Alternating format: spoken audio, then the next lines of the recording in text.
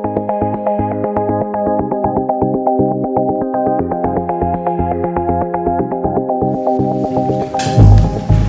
a blessing to be able to worship, and thank you for your skills in music and worship. I know for me that was a blessing. I hope that was a blessing for you as well. Today we have an interesting, I guess a difficult topic, because we're talking about trials. And I think that everyone has trials. Everyone has difficulties and hardships in this life. So this is one of those topics that we often don't want to speak about, I guess, but we have to realize that we all have in our life these situations that are difficult. And as I begin, I want to share with you just a little story about my first time in Ukraine. My first time in Ukraine was in 1994. And I know that probably seems like a really long time ago. I guess it probably is a long time ago. But my first time in Ukraine was 1994. And that was a very unusual time in Ukraine because communism had recently fallen. And there was just not a lot of things that were working right in Ukraine. But I had gotten through that trip. We'd been here for a couple of weeks. And we were getting ready to leave and go back to the U.S. And when we got ready to leave, I decided to, we were ready to leave. We were going through the airport here in Odessa, and the airport is very small here. And as we were going through with our team, we had 4, maybe 6 other people with us, and including my father. And for some reason, they all got through the customs and the passport control before I did. And so I was the last one to go through customs. And I know for some of you who've gone through customs, sometimes it's a little bit of a nervous thing. You don't know, like, what are they going to ask? What are they going to find? What are they going to look for? And so here I am, all of a sudden I look around, I'm the last one. And I'm standing at the desk, and there's the customs officer, and he says, "Can you open your bag for me?" This is leaving the country, not coming in. Okay, whatever, I open the bag. He rummages around in my bag, looks for something. Okay, it was all fine. And then he says, "Can you open your wallet for me?"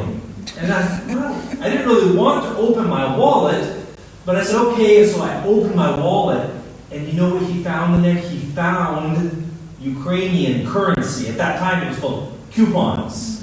Who remembers coupons? 3 or 4 people. Coupons. Those coupons. You know how much I had? I had 1 million.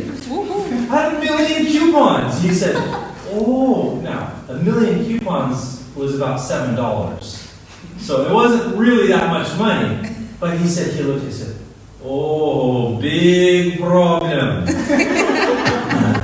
And so, well, you know, I mean, it's just 1 million, you know.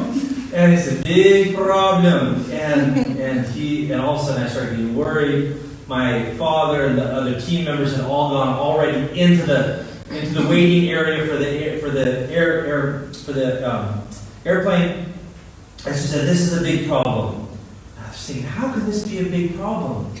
And so then he takes my passport and he shoves it in my breast pocket, and he says, "Follow me." And so, okay, so he starts going out of that area. And I'm supposed to follow him. So where am I going? Are they going to put me in jail? What are they going to do? And so I follow him out of that area, and he takes me into the main area of the old Odessa airport. If you've ever been in there, it's not that big. And there's some kiosks in there that are selling candy and, you know, candy bars and pop and stuff like that. And he kind of looks at me, he looks at them, and he says, "Spend your money." So, okay, so I spent 1 million coupons at that kiosk. And so I got this armload full of M&Ms and candy bars. And I thought, oh, well, you know, this will be good for the flight home, right? And so then we walked back into the customs area, and I put it down on the table, get ready to put it in my bag. And he said, No. And I looked up, and all the customs officers were standing around me. And he said, "It's time for lunch." And he looked at them. And so I took the candy, and I gave one to each of the customs officers. And then thankfully they let me go. And so that was one of my experiences and one of my first times here. And why do I share that with you? Because sometimes when you're a foreigner, little things can be big problems. Little things can be big problems. Like I thought, what is it? $7 in Ukrainian currency. How could that be a problem? It was a big problem. And unfortunately, when you're a foreigner, those little things, those little issues of language and understanding and trying to get a document done, and just some of the simple things, it seems like simple things of life, can be a big problem for us.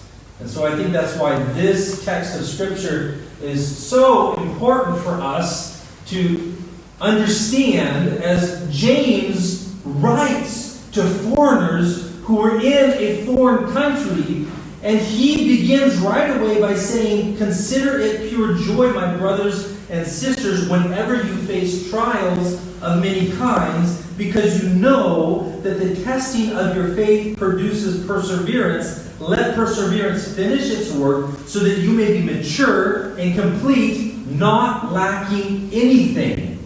James gets right to the point, and he tells us a few things that are maybe difficult for us to swallow. But we can't underestimate the importance of the words that James gives us here and his advice. In fact, I'm really glad that this is in the Bible, because if I was to write this, and maybe if you were to write it, we'd probably just write it a little bit different, and we'd just say, "Consider it all joy, my brother," period. That would be a nice sermon, right? Just be happy. Period. And he says, no, be happy when? Whenever you face all kinds of hardships and trials and big problems in your life. And of course, if we look around the world today, what do we see? People trying to run from their problems everywhere. There's products that are sold to help you get rid of problem skin. There's products that are sold to help you get rid of all kinds of problems that you might have. Or, of course, there's pills sometimes that are prescribed. There's all kinds of escape mechanisms people use so that they don't have to face their problems. And the longer that I live and the more experience that I have in churches, one of the things that I'm convinced of is that we've not done a very good job of preparing ourselves for difficulties in our lives. And then sometimes we have an unbiblical expectation of how God is supposed to plan our life, and what He's supposed to give us in our life, and how we're supposed to respond to those things. And so we have dreams of success and that everything's going to be perfect. And then when it doesn't work out, we say, "Hey, God, what's the problem? Why didn't you give me what I asked for? Why didn't you give me what I want?" I think sometimes church history is helpful for us here. There's a man in the 1700s who was a great preacher of the gospel. His name was Jonathan Edwards. And he made a bunch of resolutions. And I was reading through them a while ago. And I just thought it was very interesting. I want to read a couple of them with you today. Okay. Can you go forward with me? Okay. Oh. Let's start. Okay, I'll read them. See if you can get that. Go forward. Anyway, Jonathan Edwards says, in his resolutions, he says this: "Resolve to think much on the occasion of my own dying and of the common circumstances which attend death." Later he says, "Resolved when I feel pain to think of the pains of martyrdom and of hell." And then later he says, "Resolved after afflictions to inquire what I am the better for them, what good I have got by them, and what I might have got by them." And he wrote that back in the 1700s, 1723. And, the truth is that unfortunately, without a strong biblical understanding of suffering, that we have no foundation to respond to suffering on when suffering doesn't come. I don't know about you, but I don't like suffering. And you probably don't like suffering either. But more than that, I don't like dishonesty. And so when people promise me that, everything's going to be good, everything's going to be fine, sometimes that's kind of a little bit dishonest, isn't it? In fact, there were false prophets in the Old Testament who, they would just prophesy good things. That's all they would prophesy. They would just prophesy good things. And Micah reminds us of those prophets 2,500 years ago when he wrote this. He says in Micah 2:11, if a man should go about and say deception and lies, I will preach to you of wine and beer. That would be the prophet for these people. And unfortunately, we see some of that today too, don't we? Prophets that they just preach about, well, not maybe literally wine and beer, but what is he saying here is that, hey, you're going to be amazing, you're going to be prosperous, everything is going to be wonderful in your life. And Mike is saying, that's the problem for these people because they don't want to listen to the truth. The truth is that there will be hardships in life. And when we look at the book of James, we see that God gives us a very good understanding of how to face these hardships. Not how to run away from them, but how to face them and face them with joy and get through them and become stronger because we've gotten through them. And so, let's look at this text here before us for a minute. There's our resolutions. Resolve. That's Jonathan Edwards, by the way. He had white hair, kind of like me. Mine's not quite as long. But so let's look at these again. You might have to flip that for me because it's not working. Okay. There. Yeah, one more. James says, this is Micah, one more.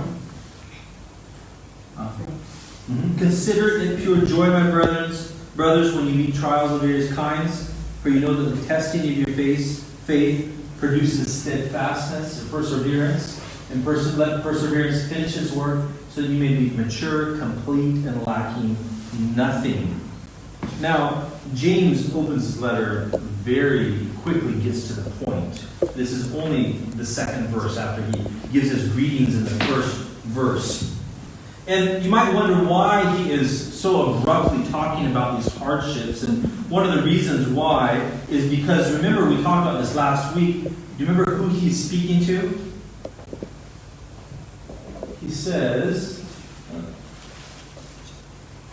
verse 1. He says, to the 12 tribes that are dispersed among the nations, they have been sent there because of persecution. It was a very difficult time for them. So for instance, in Acts 1, it still tells us that the church was scattered because persecution came. And so think about these people. Here they are. Jesus came. He preached. He died on the cross. They thought everything was lost. Then he rose again. All of a sudden they got hope again, right? He was around for 40 days. And then all of a sudden he disappeared. Now they're thinking, okay, everything is going to go well now. Things are going to go good. And for a while it did go well. The church really multiplied quickly in the book of Acts. And while they were still in Jerusalem, but then the Jewish leaders, they realized that this was a threat to their power and their authority. And they began to persecute Peter and John and Stephen and the other apostles. And all of a sudden persecution came on them. So there were big questions that were being asked here. And I think really we could say that the question that is asked here is, why do we have these trials and what should we do about them? Why is this happening to us? And you might have that question in your life. Why is this difficult situation happening to me? And what should I do about it? And James gives us some really helpful suggestions or advice, advice on what we should do. The first thing that we should do is that we need to change our mind about trials. We need to change how we think about trials. When you think about trials, what do you think about? Oh, that's terrible. I wish that didn't happen to me, right? That's usually the first thing that we think. But we need to change our mind about them and consider, as James says here. He says consider or count it is the first word that he uses here. Consider is really a word that means to lead or to govern your something. Mainly here he's talking about your mind. We have to be disciplined in our thinking. How do we think?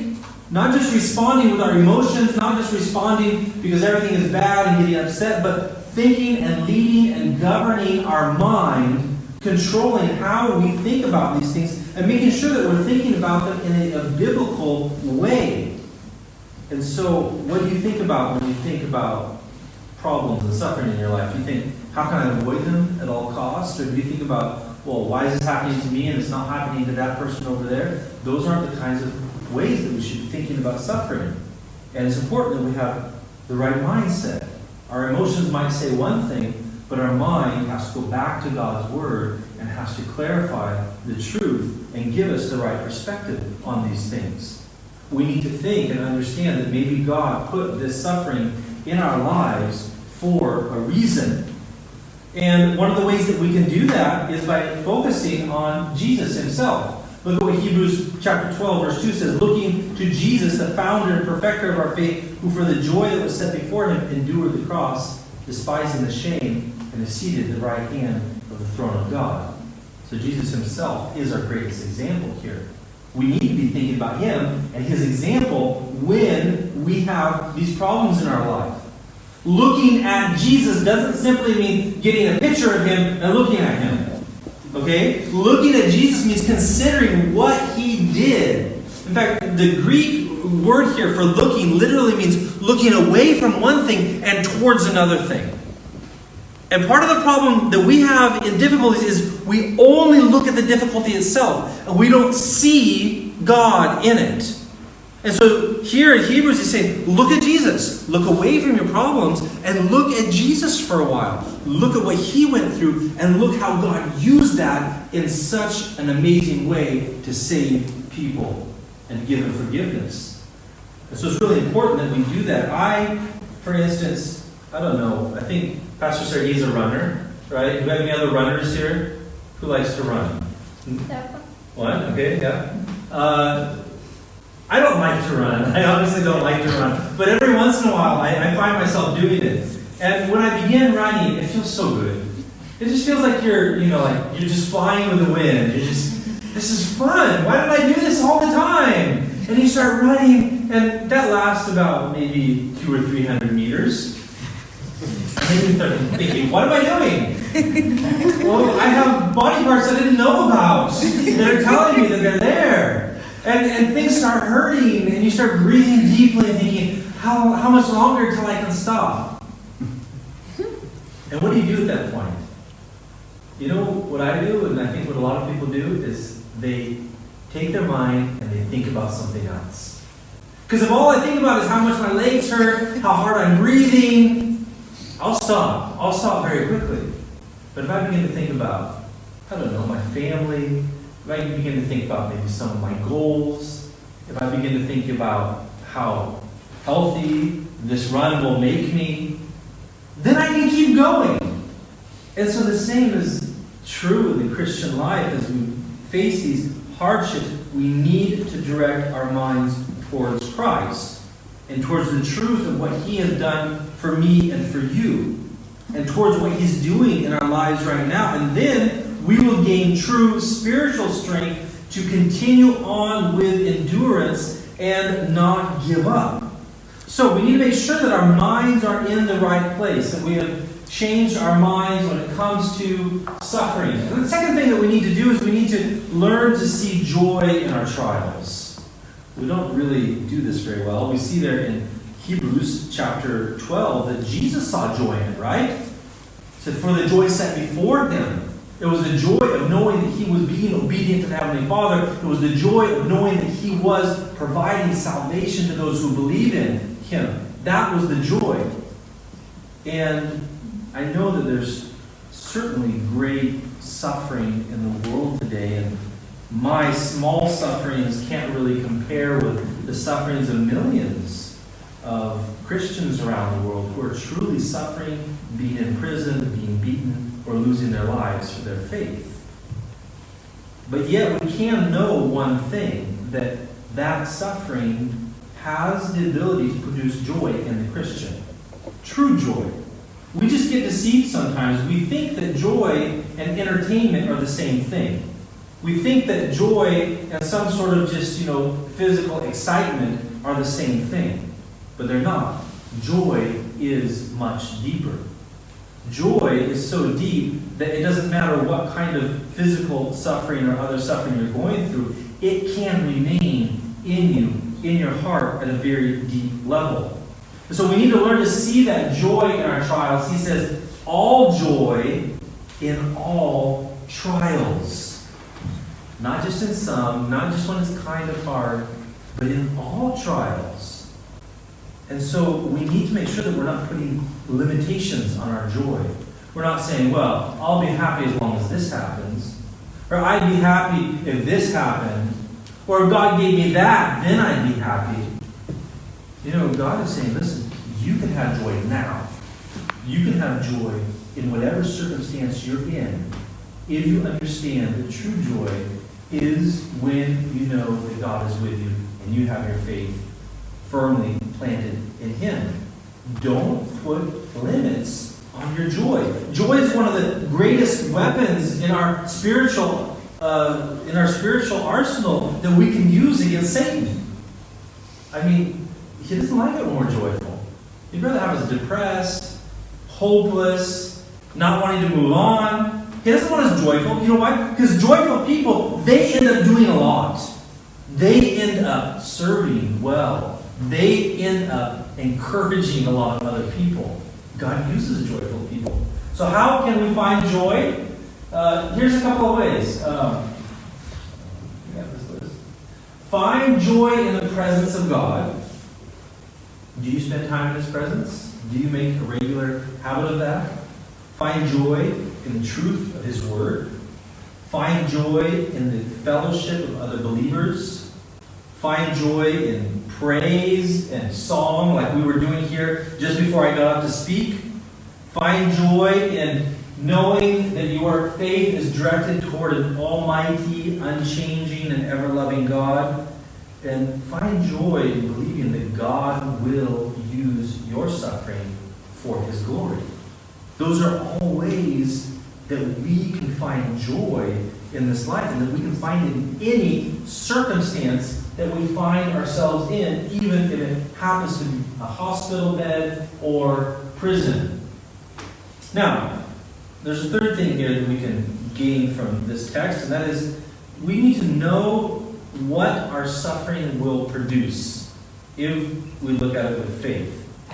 And what does James say here? He says, because you know that the testing of your faith produces perseverance. Perseverance. Perseverance means not right away.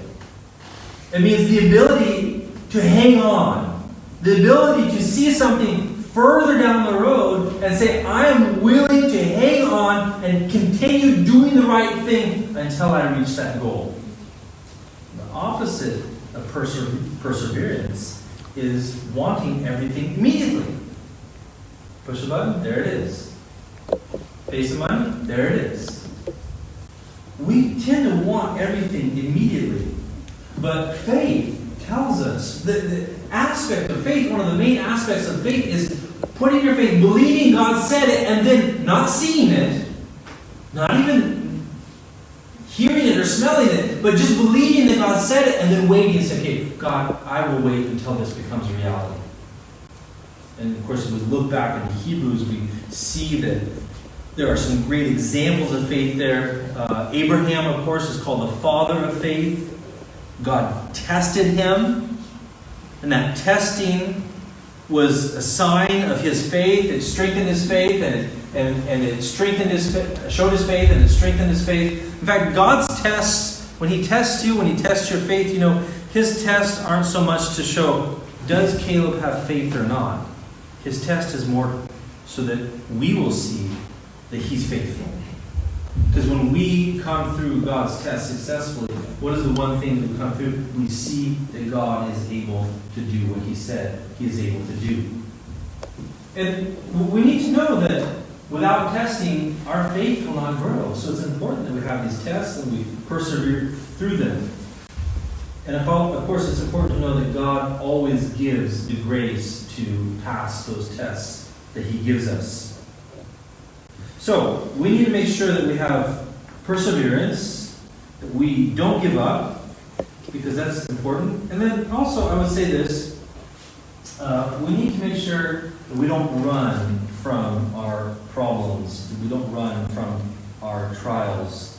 He says in verse 4, Let perseverance finish its work so that you may be mature and complete, not lacking anything. That's a pretty strong statement, isn't it? Not lacking anything.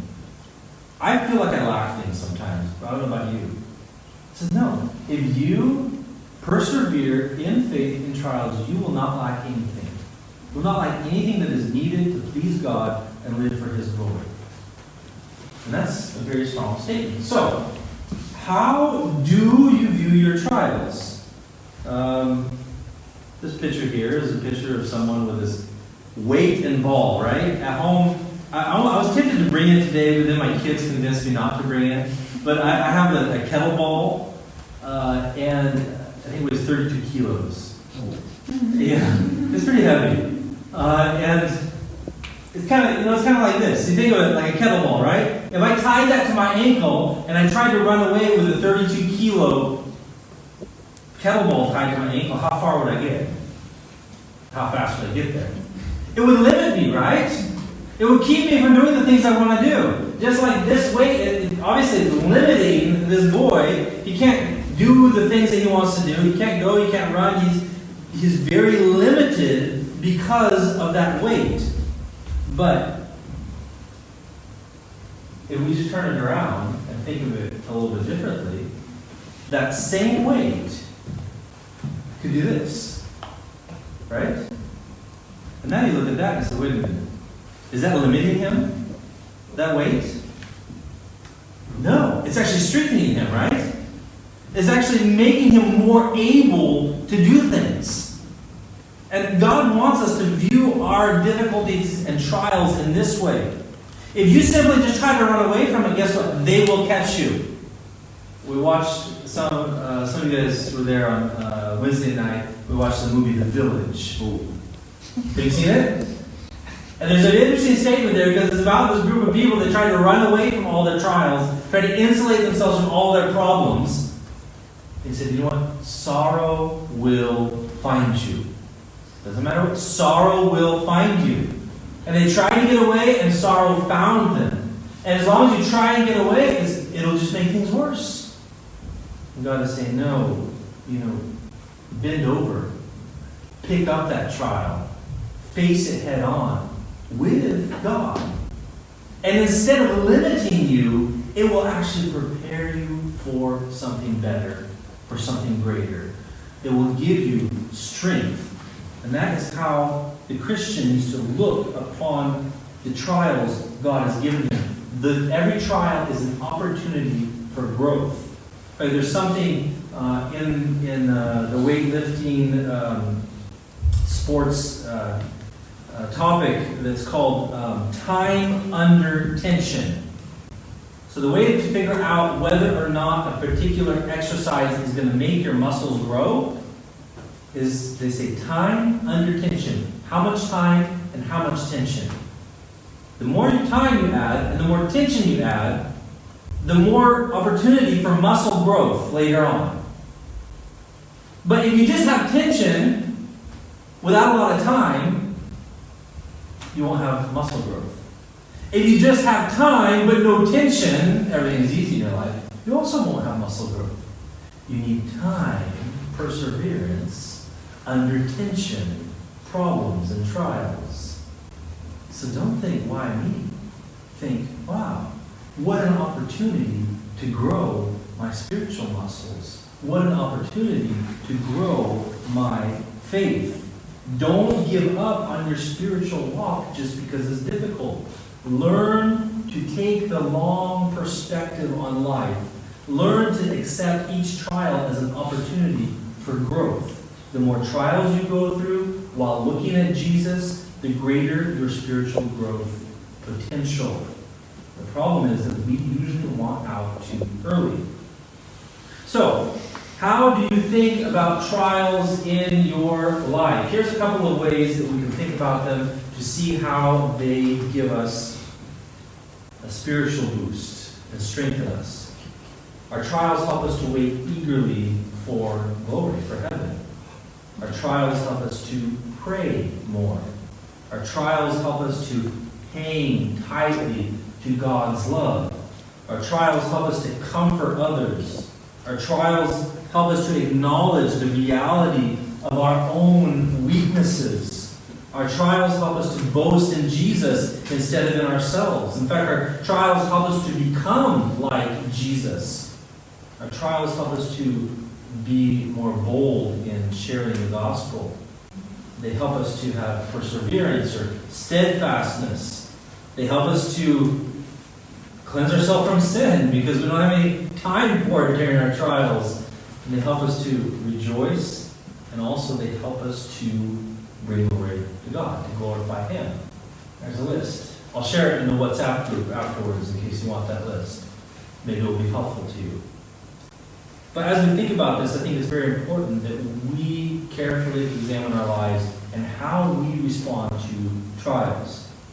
And I think that one question that we can ask ourselves in this is this: what is God teaching you in your current trial? What is He teaching you? What trial are you going through right now that you're really unsure of how it's going to end? You're really unsure of the solution. You don't quite know what to do. How is God using that to strengthen your faith? How is God using that possibly to prepare you to help someone else in the future, to strengthen their faith in the future? What is God teaching you in your current trial? We are going to take a few minutes to pray. I'll ask Saj to come and just to lead that. But think about this for a minute, and as we go to prayer, maybe you can share.